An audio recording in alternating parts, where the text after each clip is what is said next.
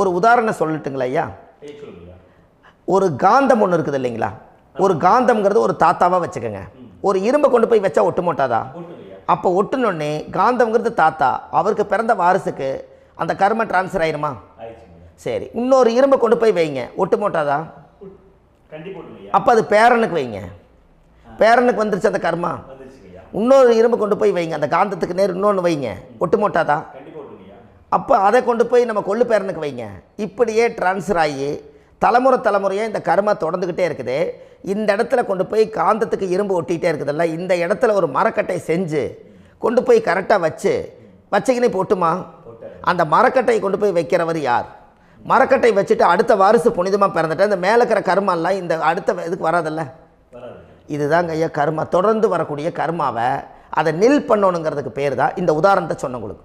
அப்போ நாம் இந்த பூலோகத்தில் நம்ம ஒரு தாயுடைய கருவறையில் இருந்து தொப்புள் கொடி அறுக்கும் நேரம் நாம் என்ன கர்மாவை வாங்கி வந்திருந்தாலும் அதையெல்லாம் ஆராய்ச்சி செய்து ஜாதகத்தில் முழுமையாக கண்டுபிடிச்சி ஒரு காலம் இல்லைனாலும் ஒரு காலம் நம்ம நல்லா இருக்கிறதுக்காக, நம்ம வாரிசுகள் எல்லாம் நலமடைஞ்சு வளமடைஞ்சு வர்றதுக்காக இந்த கர்மா தோஷத்தை கரெக்டாக கண்டுபிடிச்சி சரியான கோவிலுக்கு போய் நீங்கள் கர்மாவை நிவர்த்தி பண்ணி அங்கே பூஜை புனஸ்தானங்கள், சகசரநாம பூஜைகள், ஓமங்கள், வழிபாடுகள் இதெல்லாம் நீங்கள் செஞ்சு உங்களுடைய பாவத்தை எல்லாம் கழித்து உங்கள் ஜாதகத்தவே யோகமாக மாற்ற முடியும்.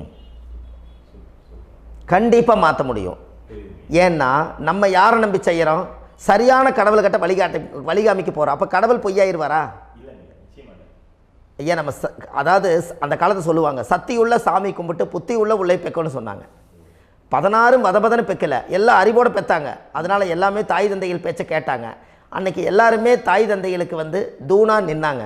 அப்போ அந்த காலத்தில் சத்தியுள்ள சாமி கும்பிட்டு புத்தி உள்ள உள்ளே பெக்கணும்னு சொல்லி அன்றைக்கி அறிவோடு பெற்று இந்த கர்மாவை ஆளுக்கு ஒரு கர்மாவை டிரான்ஸ்ஃபரை பிரித்து எல்லாரும் சுத்தப்படுத்தினாங்க. இன்றைக்கி நம்ம ஒரு குழந்தை 2 குழந்தை பெற்று வச்சுருக்கோம். அவங்களுக்கே இவ்வளவு கர்மா வந்துருச்சுன்னா இந்த குழந்தைகளுக்கு என்னைக்கு இந்த கர்மாவை போய் கண்டுபிடிச்சி நீங்கள் எப்போ சரி பண்ணுவீங்கன்னு. அப்போ இந்த வாழ்க்கையில் ஏதோ ஒரு பிரபஞ்ச சக்தி நம்மளை அறியாமல் என்னமோ ஒரு இயக்கத்தில் கொண்டு போய் விட்டுருச்சுங்களா? அப்போ இனிமேலாவது இந்த கர்மாவில் இருந்து கண்டிப்பாக நம்ம நிவர்த்தி ஆகணும்னு சொன்னால் இந்த முடக்கு தோஷத்தை யாரெல்லாம் கண்டுபிடிச்சி இந்த ஊழ்வினை கர்மாவில் இருந்து நாம் கருவறையில் சுமக்கும் போது 10 மாதம் நீங்களாம் என்னென்ன நினச்சிருப்பீங்க? அதாவது கருவறைக்குள்ள கருப்பாக ஒரு பிண்டம் இடப்பக்கம் கிடக்கையில் இந்த பூமிக்கு வரும்போது நீங்கள் என்னென்ன நினச்சிருப்பீங்க?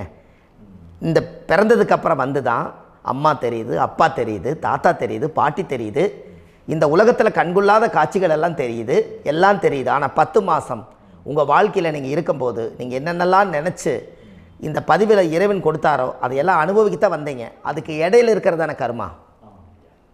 இந்த ஒரு விஷயம் உங்களுக்கு கிடச்சிருச்சுன்னா நீங்கள் எல்லாருமே ராஜயோகமாக பிழைப்பீங்கள்ல. இதில் ஏழை பணக்கார யாரையுமே சொல்ல வரல. அவங்கவுங்க பிறக்கும்போது புண்ணியத்தை பொறுத்து தான் போன ஜென்மத்தில் நம்ம என்ன புண்ணியங்கள் பண்ணி வச்சோமோ அந்த புண்ணியத்தில் இன்றைக்கி நல்லா வாழ்கிறாங்க.